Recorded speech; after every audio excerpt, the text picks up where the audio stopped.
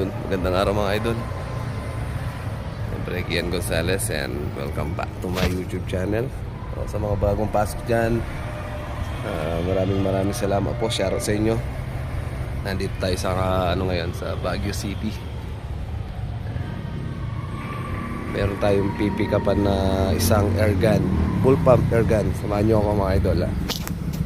Bali halos 6 months ko na din hinintay ito. Dumating na daw yung Tupa airgun. Try natin yung kanyang full pump. Model ako ng isang piraso. Tapos kapag nagustuhan ko yung pistol niya, kukuha din ako ng isa. So samahan nyo ako. Kain muna tayo mga idol bago puntahan yung ating kukunin na airgun. Ito may bila. Dito tayo kay Mang Eds Bacareta.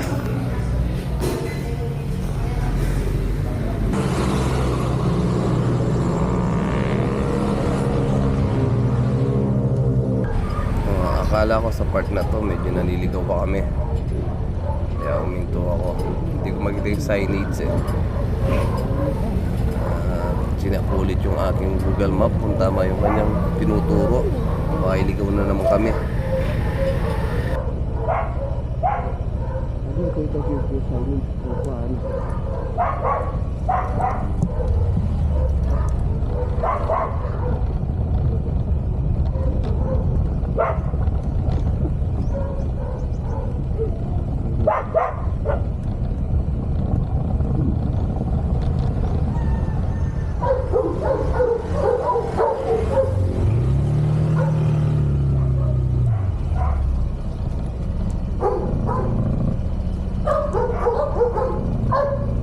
Pwede po pumasok?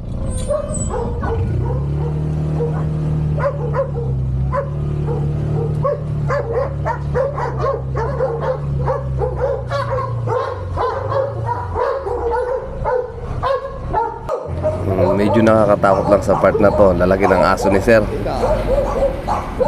Kung nakawala yun, sigurado kain ka.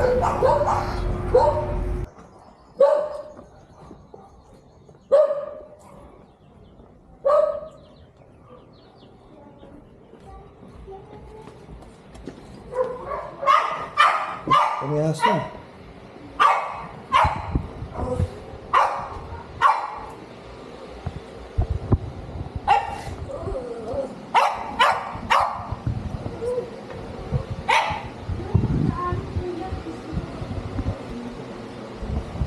Anong kailangan?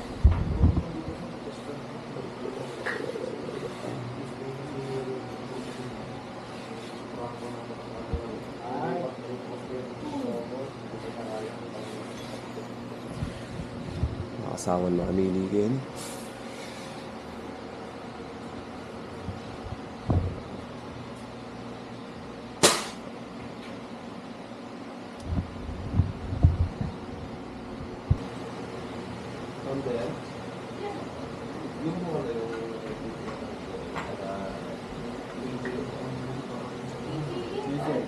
Pero hindi ko alam kung yung pinuhan yung po ba?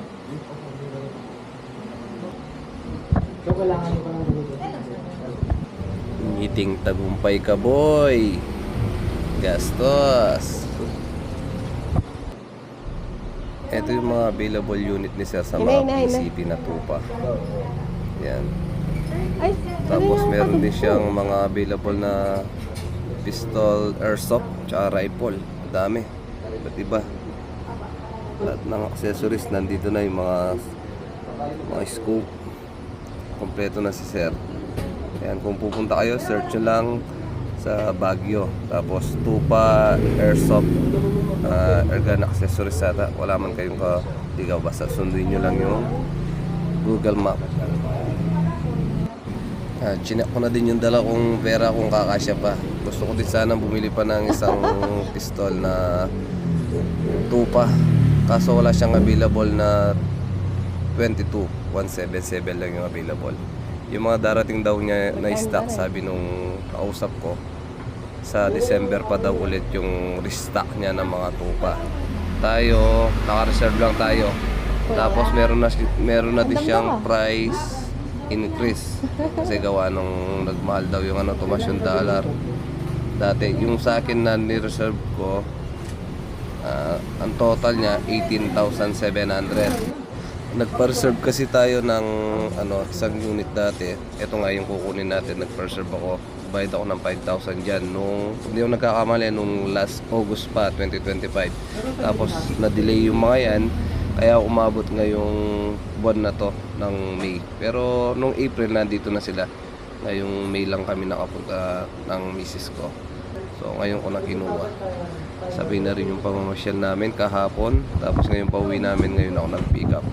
Bali, test pair na to. Ayan. Dito yung test pair niya. Siguro nasa around 10 meters lang to. Tapos sinalok ako ni sir kung lalagyan pa daw ng scope. Sabi ko, tignan ko na lang pumutok kung paano pumutok.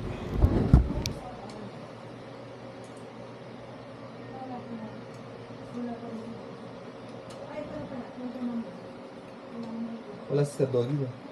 Nasa king na ngayon. Order ata ulit. Oo. Sold out eh, no? Ito lang yung isang maintenance nito, yung madugdug yung bala. Oo. At saka yung hangin. Dapat hindi binabalik. Pag bumalik na siya dito, may garga na siya ng bala na. Dapat hindi bumalik.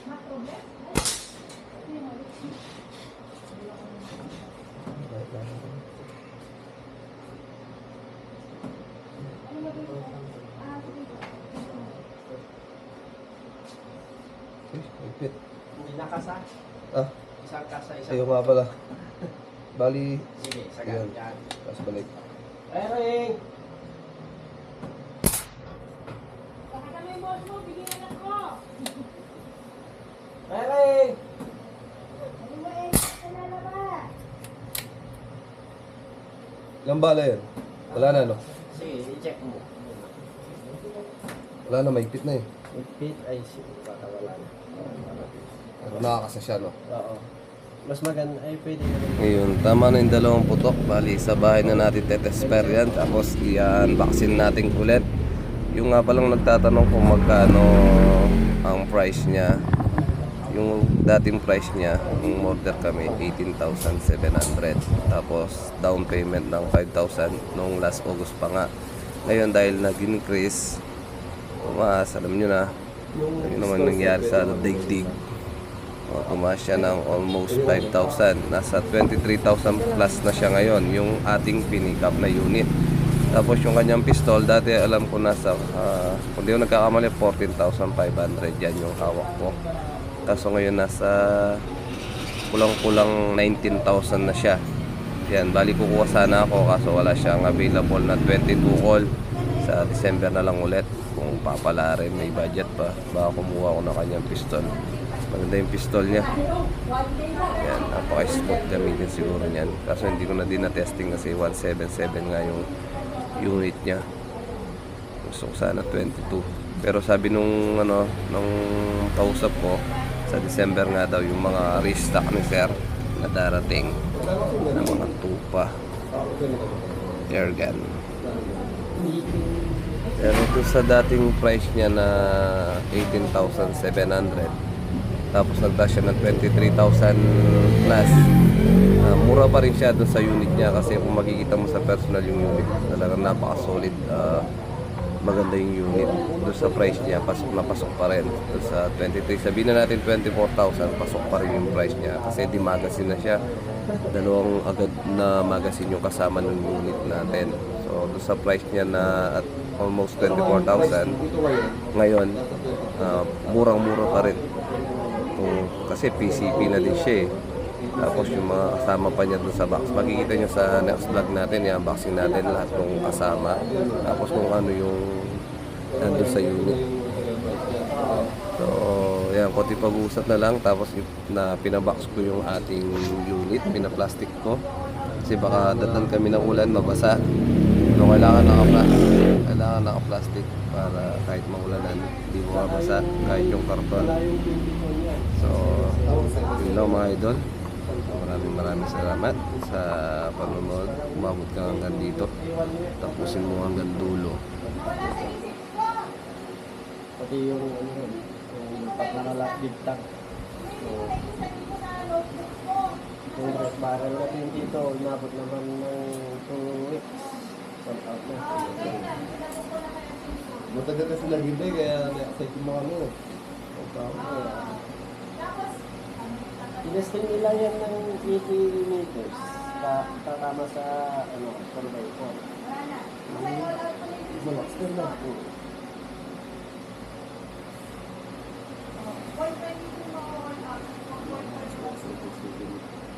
Sigurado medyo matatagal niya sa 22 na. Okay. Baka December. Pero pag makulit ako sa work, tanong kung may tatanggap na lang dati ng payment. Eh, sabi ko, makita internet sa China. Kaya mamaya na siya babalikan. Oo, ano. Yun na. Pero sana ako sumada na sa Okay pa sa Okay. ngayon. Pero, ano ka, lumulubog kami sa booking. Eh kasi, sunod-sunod ang booking. Kumbaga, pero iba pang hindi na yung reservation na nakakita sa akin. Meron pa yung mga booking na dito. Kumbaga, doon kami na stock. Kaya, ang dami na nakapack. Ang problema, hindi na yung book kasi isa-isang pinubok. Eh, yun lang naman yung Yan, nagsilip sila ngayon. Nagsilip sila ngayon. Ito? Dati, 18, 18. Ngayon. 40. Ay, lang shot to. Pwede sa 32, pero sa dalawang tatlong halos yung kasi yun. Yung 32. Sa pangatlong harasin, pababa na. May ano siya, no? Yung ba, unreg ba yun? Okay, good. Reg naman. Eto, unreg. Okay, May ganda. Inline, no? nakatawa lang yung ano nila.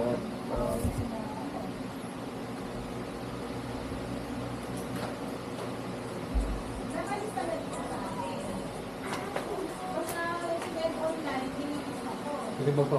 Magputok dito. Pwede. Sige.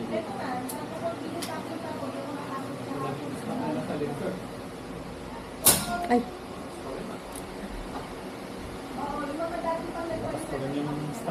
Kasi plastic lang yan. Wala mo kasi naman sa loob sir. Kaya mga ingay sa kamali. Oo.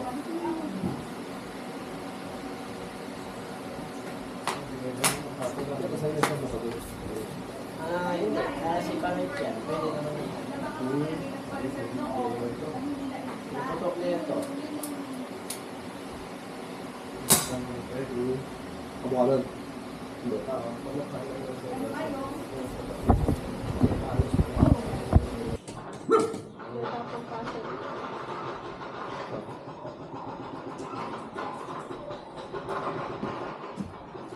Ano yung dapat na kayo? Nakasaya pa naman.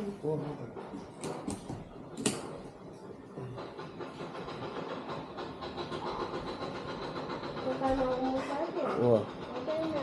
Cute. Loren. Okay, ah. Sus. Doon tayo yapin eh. Cute. Iyo? Kaya itong tatakot. Ano yun? Kaya yapin eh. Kita kasagi. Kita bababa. Kaya kita. Tubukin kaya ng ano.